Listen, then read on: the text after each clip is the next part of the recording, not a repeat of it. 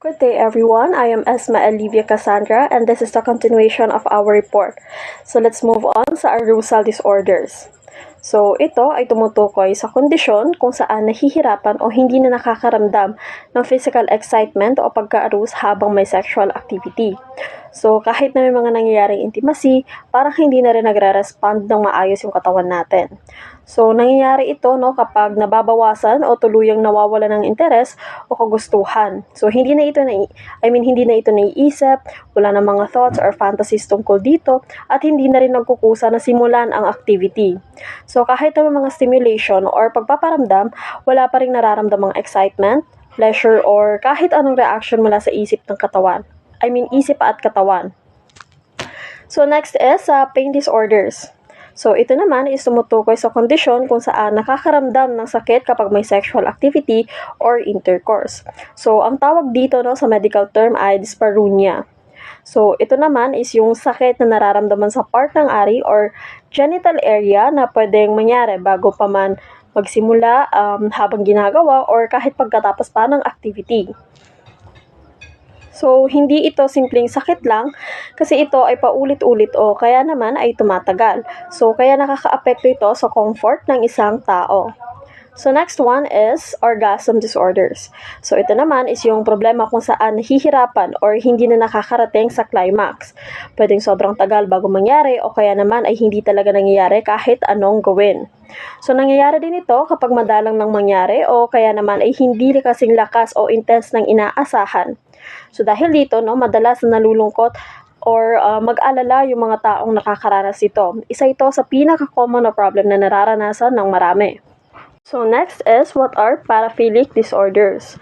So ito naman is yung mga fantasies or ginagawa na sobrang tindi at paulit-ulit pero nakaka-stress, nakakasakit or ginagawa sa taong hindi pumapayag. So, it's like force, So, tinatawag itong disorder kasi delikado at nakakapinsala na ito. So, sa madaling salita, ito yung mga pagka-excite sa mga bagay or sitwasyon na hindi karaniwan. Pero tandaan na hindi naman sa lahat ng kakaiba ay disorder na. Tinatawag lang itong disorder kapag sobra na nakakaapekto na sa buhay or delikado na sa sarili at sa iba. Is how these paraphilic disorders occurred. So, hindi lahat nakakaiba gaya ng sinabi ko kanina or yung mga kakaibang gusto or fantasies natin ay automatic na disorder. So, tinatawag lang itong disorder kapag dalawang bagay ang nangyari. So, una dyan is kapag sobrang tindi at lagi itong naiisip or ginagawa at hindi na mawala-wala. Pangalawa naman is kapag nakakaapekto na ito sa buhay ng tao. So, pwede maging malungkot, na-stress, or hindi maka-function na maayos.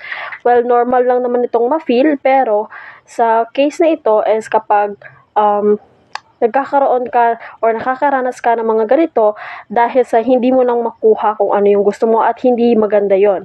So, at higit sa lahat, delikado na ito or nakakasakit na sa sarili o sa ibang tao. So, kapag ganito na, doon pa lang ito tinuturing na condition or disorder. Disturbed arousal patterns. So, dito naman, karaniwang nagsisimula na ito bago pa man mag-puberty or magdalaga at magbinata ang isang tao. So, naapektuhan ng mga sumusunod. So, first dyan is yung trauma or yung anxiety. So, yung mga masasamang nangyari noon or sobrang stress na nakasira ng normal na development ng isang tao. Mga karanasan noong bata pa, yung mga malalakas na experience na naging dahilan kung bakit iba ang naging gusto or way ng pagka-excite natin sa isang bagay. Next is, pwede rin naman na maging fetish, yung mga fetishes dahil sa natututunan or na-associate tayo sa mga bagay or sitwasyon na nasa paligid natin kaya nagkakaroon ng pagka-interest sa mga specific na gamit or sitwasyon. So, isa rin sa pagkakaiba sa utak, yung hindi lang ito dahil sa isip or emosyon. Pwede may kinalaman din ito sa kung paano gumagana ang utak natin or kung paano tayo mag-isip. So, madalas ito na nakikita or madalas nangyayari sa mga lalaki. Pero hindi pa sigurado kung bakit ganon sa biological aspects. Proceed sa common types of paraphilias. So, maraming klase nito pero bihira lang mangyari. Ito yung mga karaniwan lang. So, una dyan is yung sexual masochism disorder. Ito yung nakakakuha tayo ng pleasure kapag nakatali, nasasaktan, or pinapahiya. Pwedeng sarili ang gumawa or kasama ang ibang tao. So madalas na nagsisimula ito no, sa pagtanda at pwedeng lumala, kaya delikado at pwedeng makasakit ng malala.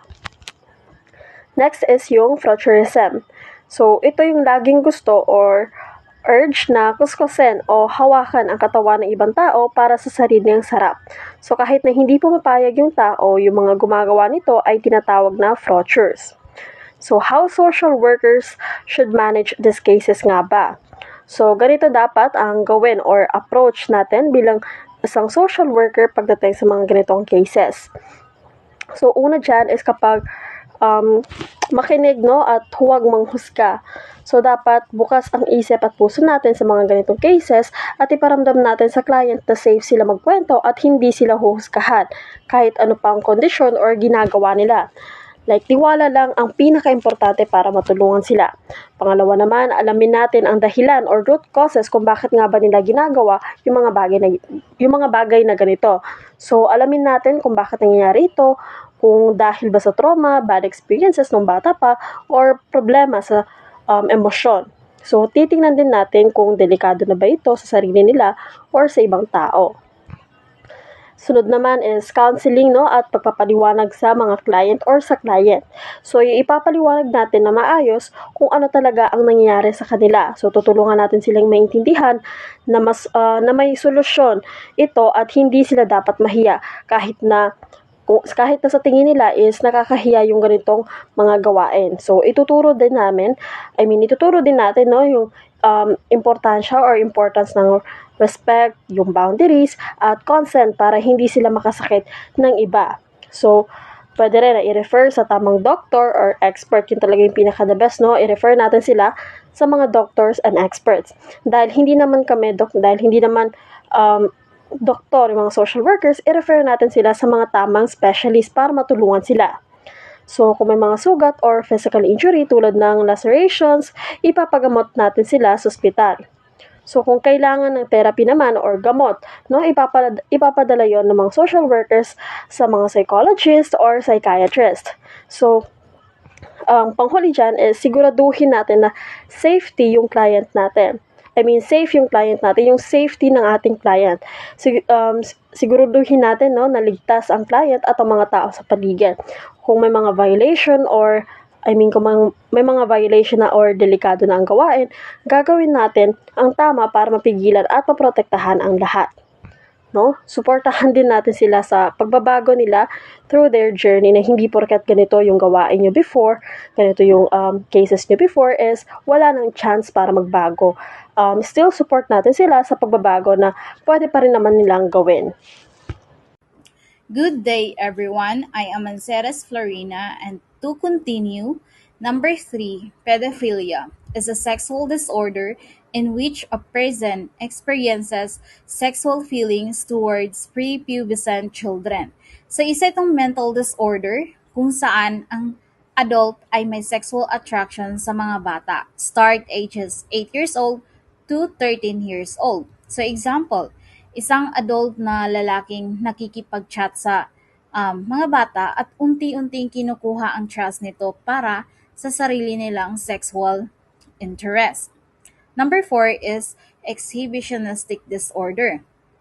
So, isa naman itong psychological condition kung saan ang tao ay may paulit-ulit na ginagawa, like nagpapakita ng kanilang private parts sa mga tao na unaware. For example, pumupunta sila sa public place para mag-expose ng kanilang private parts. So, according to my research,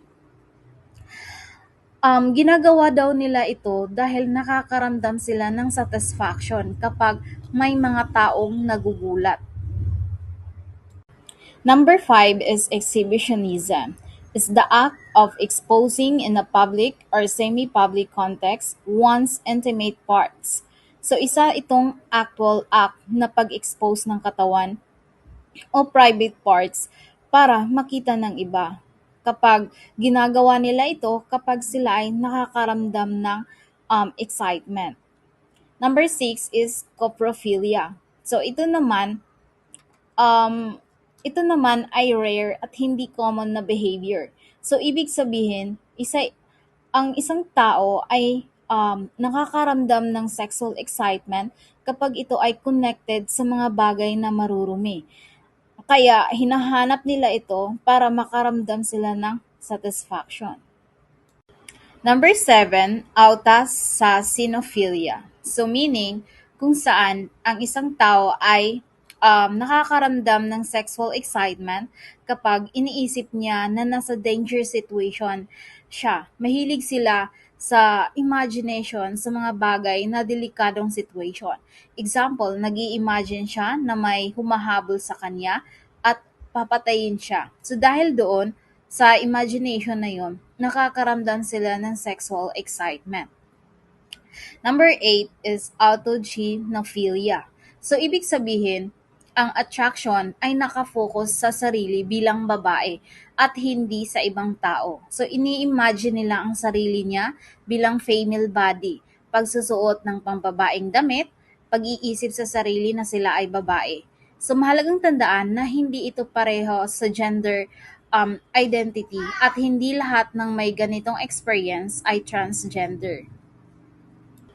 Number 9 is chronophilia. The term chronophilia was used by psychologist John Money to describe varying forms of romantic preference or sexual fixation limited to individuals of particular ranges. So, yung term na ito para ilarawan yung romantic o sexual attraction na nakadepende lang sa specific age range ng tao. Halimbawa, karamihan kasi ng tao ay attracted sa mga sexually mature young adults. Pero yung may chronophilia ay naiiba ang attraction nila. Nakatutok lang sa ibang age groups like mga babies, mga bata na hindi pa nagdadalaga. Number 10 is necrophilia. So ito naman ay may sexual attraction o gumagawa ng sexual act sa mga bangkay o patay na tao. Number 11 is acrotomophilia. So sa madaling salita, ito yung mga taong na-attract kapag nakakita ng taong walang braso o di kaya walang binti. So yung mga taong disability. Number 12 is fetishism. Ito naman ay may attraction sa inanimate objects. So normal lang naman na ma-appreciate natin ang ganda ng isang bagay o parte ng katawan. Pero ang may fetishism, kailangan talaga nila yung object o part na yon para ma-arouse at maging sexually satisfied. So example, na-attract sila sa underwear ng babae, so doon sila nakakaramdam ng pleasure. Number 13, paraphilia. So kapag ang isang tao ay may paulit-ulit na sexual interest sa mga bagay o situation na hindi karaniwan tulad ng object, specific actions, or unusual scenarios. Kaya sa normal na consenting partner, hindi agad ito masama. Kasi may mga tao na may ganitong interest pero may control at walang nasasaktan. So nagiging problema lang ito kapag naaapektuhan na ang daily life, nagdudulot ng stress o may taong involved na walang consent. So nagiging disorder lang ito kapag hindi na makontrol. Number 14 is voyeurism. So isang tao ay na-arouse sa panunood ng iba sa pamamagitan ng paninilip. So sa madaling salita, ang voyeurism is getting sexual pleasure from secretly watching others in private situations. Good morning, ma'am. So I'm the fourth reporter of Group 6. So I will be discussing the another types of paraphilias, which is the zoophilia, asphyxiophilia, asphyxia, homosexuality in scatologia. Zoophilia, ang ibig sabihin nito is ito yung mga taong nagkakaroon ng attraction sa mga hayop. Yung bestiality naman ay yung actual na sexual activity between sa tao at sa hayop. Sa madaling salita, yung zoophilia is attraction, habang bestiality naman is the act itself. For example, is isang tao na nakakaramdam ng attraction sa aso o sa ibang hayop ay yun yung tinatawag na zoophilia. Kapag ginawa niya ito, or sexual act, yun ang tinatawag na bestiality. Ang asphyxiophilia naman is ito yung isang delikadong gawain kung saan sinasadyang bawasan ang oxygen. O halimbawa is pagpisil sa liig o pagpigil ng paghinga para daw sa pakiramdam o excitement ng tao. For example is may mga tao na sinusubukan pigilan ang paghinga o higpitan ng liig para sa ibang pakiramdam. Pero hindi nila namamalayan na napuputol na pala ang oxygen nila sa utak. So, ang asphyxia naman is ito yung pagkakulang ng oxygen. Sa asphyxia ay nangyayari kapag kulang ang oxygen na pumapasok sa katawan, lalo na sa utak. Kapag walang sapat na oxygen, pwedeng mahilo, mawala ng malay o sa malalang kaso is mamamatay. For example is kapag may taong nasasakal, halimbawa is may nakabara sa kanyang lalamunan, kapag nasa kulog o saradong lugar na walang hangin, kapag may usok sa sunog at nahihirapan siyang huminga ay yun yung tinatawag na asphyxia. So, sa homosexuality naman is ito yung attraction sa kaparehong kasarian or same-sex, like lalaki sa lalaki or babae sa babae. Sexual orientation ito, meaning kung sino yung naa-attract sa hindi ito tungkol sa gender identity. For example is yung lalaki is naa-attract sa kapwa niya lalaki and sa babae is na-attract sa kapwa niya babae. So, yun yung tinatawag na homosexuality. And for scatologia naman is, ito ay isang uri ng deviant or deviant sexual behavior kung saan ang isang tao ay nakakaramdam ng sexual pleasure o excitement sa paggamit ng malaswa o bastos na salita.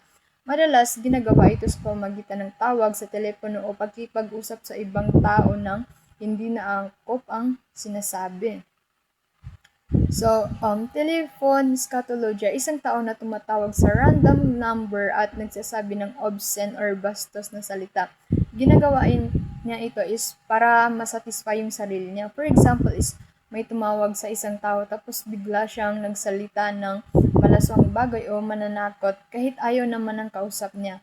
Ito ay isang form ng abusive behavior. So, the laws. So, itong paraphilia is may batas. So, ang ibig sabihin ng statement na yan ay may ilang paraphilias na hindi lang iba kundi labag na sa batas, lalo na kung may nasasaktan o naabuso na ibang tao. Kapag ginawa niya ito is pwedeng humantong sa pagkakakulong at pagiging registered sex offender or nakarecord sa gobyerno bilang taong gumawa ng sexual crime. For example is kung may taong na-attract sa mga bata or minors at gumawa siya ng anumang sexual act is ito ay isang malubhang krimen at siguradong magkakaroon siya ng mabigat na parusa sa kulungan.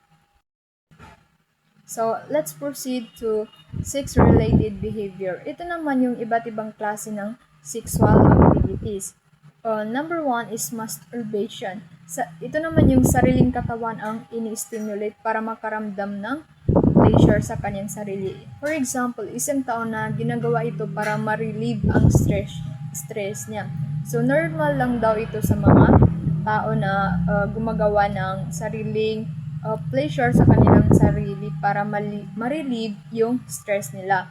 So, number 2 is oral genital stimulation. Ito naman yung paggamit ng bibig para stimulate ang partner mo. So, for example, is paggamit ng mouth para stimulate ang partner mo. So, number 3 is penile vaginal intercourse. So, ito yung usual na sex between sa lalaki and sa babae. For example, is mag-partner na nagkakaroon ng sexual intercourse. So, yun yung tinatawag na penile vaginal intercourse. So, number 4 is anal stimulation intercourse.